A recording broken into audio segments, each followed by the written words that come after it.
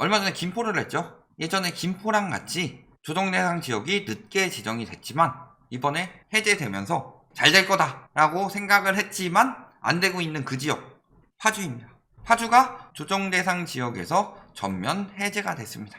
그래서 실질적으로요, 지금 조정대상 지역에서 해제가 된 지역들 중 지방 제외하고 수도권에서 해제가 됐다라고 생각을 하시면요, 외곽이라고 생각하시면 됩니다. 투기가 들어가더라도 뭐 3억 미만 정도는 들어가겠죠. 그리고 진짜로 실수요들한테 필요한 집인 한 중저가 정도, 이런 데에는 피해가 적겠구나 생각해서 완화를 해준 거겠죠. 그래서 보면은 해제되면서 취득세 중과 같은 게 완화가 됐다. 자, 취득세 중과는 뭐예요?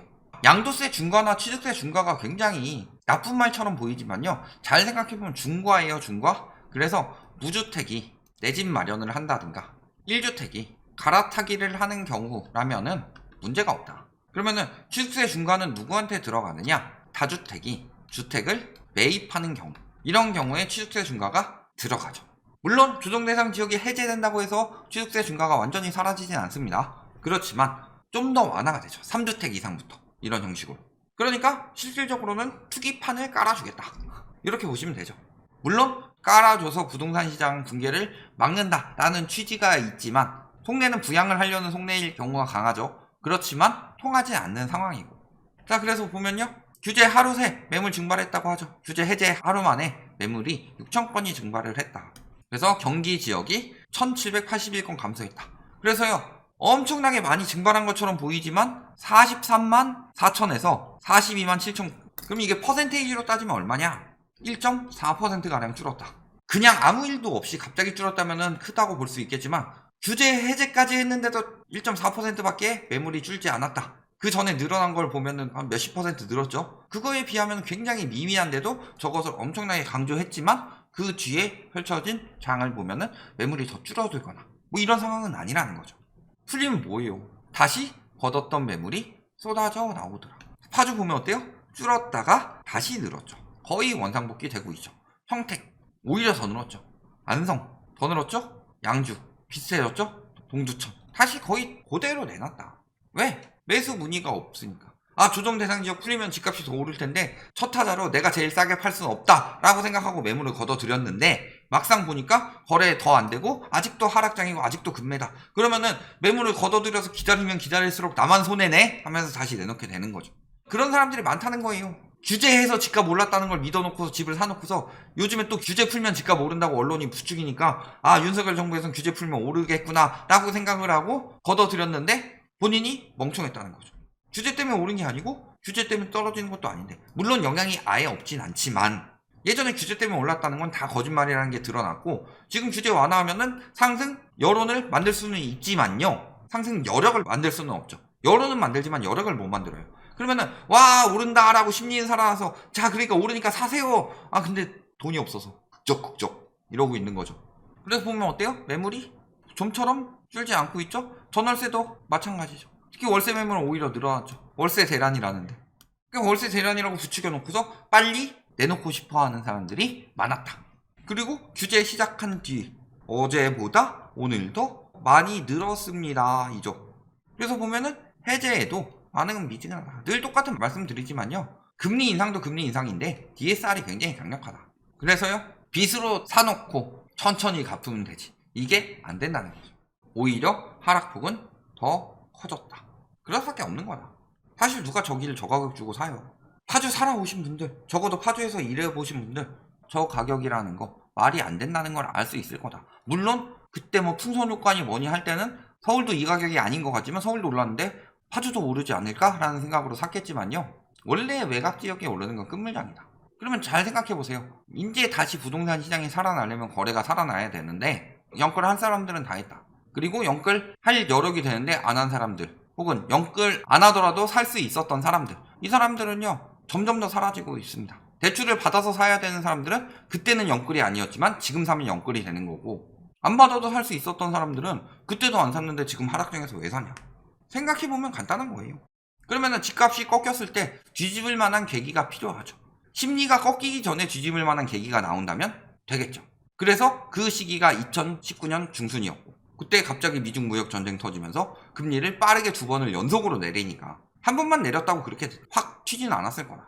코로나 터지면서 금리를 연속으로 내렸으니까. 그런데 지금은요, 금리를 연속으로 올리고 있고 하반기에 지금 이제 남은 2번의 금리 인상이 더블 빅스텝이 나올 수도 있다는 예상이 나오고 있다.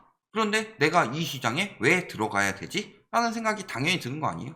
아, 집값은 장기적 우상향이다. 집값은요, 지금 사더라도 10년 뒤면 올라요. 그러면 상식적으로 생각을 해봅시다. 10년 뒤면 오르는데 다 떨어지고 나서 사면 더 많이 오르지 않겠어요?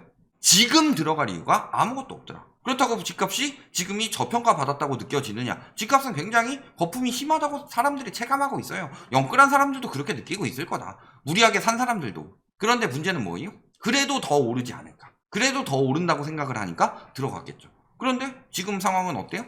떨어지고 있죠. 그러면 아, 내가 생각을 잘못했었구나. 그 사람들은 그렇게 느끼는 거고, 아닌 사람들, 무주택자들은 아, 그때 안 들어가길 잘했다 라고 생각을 하는데, 그렇지만 지금 조금 떨어졌으니까 이게 하락장의 끝이니까 당장 영끌해야지, 이런 생각이 들겠느냐.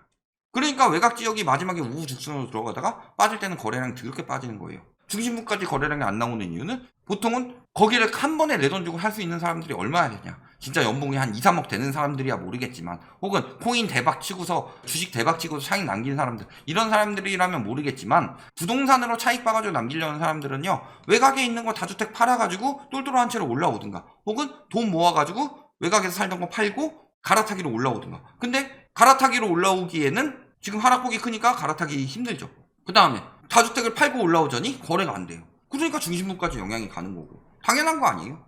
거기다가 GTX 그 정도까지 대단하려면요, 한 GTX 금액이 서울 도시철도 금액 정도 되면서 강남까지 순간이동, 예전에 그 드래곤볼에 나오는 손오공이 딱 이러고 순간이동 쓰듯이 순간이동 쫑 된다. 그 정도면은 대박이죠.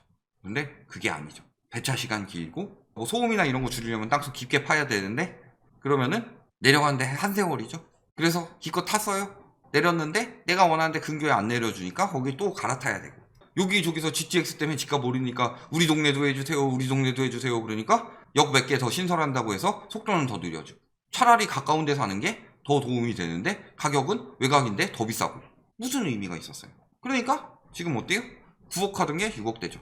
A노선 운정만 딱 봅시다. 파주 이야기하니까 9억 4천 하던 게 9개월 만에 6억 7천 됐어요. 3분의 2 토막 났죠. 매매 전세가격 지수 말할 것도 없죠. 쭉쭉 경기 파주 떨어지고 있는데, 파주가 뒤늦게 올랐으니까 끝까지 들어갔죠. 요때까지 계속 부추겼죠. 저평가니 뭐니. 그러다가 추락도 빨라지고 있다. 하락폭이 심각하다. 전세 마찬가지죠. 급격히 떨어지고 있다. 지금 전세 하락폭은 더 심각하다. 매매 거래량이요? 분양권만 조금 많이 거래가 되죠. 거래량은 두 글자로 아작이 났다. 1600건 거래되고 1200건 거래되던 데가 지금 10분의 1 토막 났다. 말 그대로 아작이 났다. 벌써 10월 5일인데 9월 신고 67건밖에 안 됐다. 아파트 거래 현황 볼까요? 지금 코로나로 인한 거품은 아직 덜 빠졌습니다. 자, 직거래가 하락거래로 해가지고 막 장난질 친다고 직거래가 오히려 신고가 찍고 있죠. 그리고 호가는 지금 6천가량 떨어졌고 최종 거래도 이 정도. 근데 아직도 요거보다 싸게 못 내놓고 있는 거죠. 요것도 겨우 팔린 건데. 여기 급격히 떨어지고 있죠. 아직 거품 낀 거에 비하면 3발의 피입니다. 5억 9천까지 떨어졌다. 호가는 5억 6천까지도 떨어졌다. 호가가 5억 6천인데 직거래 5억 9천 가지고 뭐라고 할 수 있는 노릇 아니죠. 6억 3천에서 5억 6천까지 급격히 떨어졌다. 전세요? 말할 것도 없죠. 이런 데 가보면 어때요? 여기는 오래 다 멈췄죠. 이런 것들은 뭐예요? 공시가격 1억 미만 혹은 3억 미만, 이런 것들이죠. 그러니까 이런 데만 아직도 투기 살아나고 있고, 아, 조정 대상 지역 해제됐으니까 다주택자들이 사주겠지 하고 호가 올리고 있는 건데, 실질적으로는 가격은 그렇지가 않더라. 전세요? 조금 빠졌죠. 여긴 전세가 버티니까 버티는 거고, 여기는 전세가 빠지니까 빠지는 거죠. 이런 갭투기는요, 전세가격이 벌어지면 살 이유가 요만큼도 없다. 자, 입주 많아요. 내년만 잠깐 준다고 하는데 올해 입주 많죠? 올해 입주 많으면 팍팍 떨어지는 거 맞죠? 그러면 이때는 왜 올랐어요? 이때는 입주가 다가 아니죠. 그리고 올해 떨어진 건 당연지사죠. 그럼 더 떨어져야죠. 입주 물량 폭탄인데. 분양은 계속 나오고 있습니다. 그러니까 어때요 지금? 오피스텔 2억 깎아줬대요. 오피스텔 왜 2억 깎아줘요? 왜 오피스텔에 사람들이 들어갔을까요? 저 비싼 가격을 주고? 아니, 아파트가 오르니까 아파트를 살 수가 없으니까 오피스텔 보는 거고, 청약은 오히려 아파트가 싸지만 아파트 청약은 무섭고, 오피스텔 청약은 뭐 주택수나 뭐 이런 것도 고려하고 그러니까 비싸더라도 들어가고, 그런 식으로 들어갔는데 아파트 떨어지니까 오피스텔의 가치가 오를 리가 있나. 그래도 뭐 아파트 단지에 들어간 오피스텔까지는 그렇다 칩시다. 그런데 그냥 오피스텔 같은 경우는요, 재건축도 안 돼요. 감가상각이 계속되는 거다. 10년 뒤에 오피스텔이 오른다. 집값은 10년 뒤에 오른다고 자신할 수 있어도 오피스텔은 그렇지가 않죠. 그러니까 지금 빨리 집값 떨어질 때 더 떨어지기 전에 빨리 털어내는 거다. 결국 지금 규제 해제한 이유는 뭐예요? 건설사들 잘 먹고 잘 살라고. 아직도 GTX 호재가 통한다고 생각하나 보죠? 실질적으로 잘 생각해보세요. 지금 GTX 호재 안 통하죠? 그런데 왜 언론에서 GTX 호재를 계속 들먹일까요? 상승 요인이 저거밖에 없으니까. 그래도 GTX가 악재는 아니죠. 호재죠. 그러니까 이제 상승 부추길 만한 게 저거밖에 없다. 공급 오래 많죠. 금리 계속 올라가고 있죠. 대출 DSR 규제되면서 대출한도 많이 줄었죠. 파주에 뭐 엄청난 무언가가 있느냐? GTX밖에 없으니까. 앞에 창릉 들어와요. 그거 생각해 보셔야 돼요. 작년 재작년 이야기할 때 3기 신도시 발표될 때 창릉 들어온다고 해서 일산 파주 개박살 났는데 지금은 창릉 입주가 더 가까워져 가고 있죠. 그래도 그때보다는 더 가까워졌죠. 창릉이 더 신도시죠. 서울에 훨씬 더 가깝죠. GTX 들어온다고 하더라도 서울 접근성이 비교가 안 되죠. 그런데 왜 운정을 비싸게 주고 들어가야 되냐? 왜 파주를 비싸게 주고 들어가야 되냐? 결론 뭐예요? 해제해 주세요 하는 인간들 해제만 되면 뭐가 될 것 같아요? 그래서 막상 해제했더니 별볼도 없더라. 물론 해제는 집값 상승을 부추기는 요인이지만 지금은 경제 쓰나미가 워낙 강력하게 몰아치고 있고 규제 해제 같은 경우는 굉장히 그것에 휩쓸려갈 작은 파도일 뿐이다. 지금 강력한 DSR에 금리 인상이 가속화되고 있는 이상 뒤늦게 우후죽순으로 들어갔던 외곽 지역들은 지금 해제한다고 하더라도 더 크게 타격을 입을 수밖에 없는 상황이다. 여기까지 말씀드리겠습니다.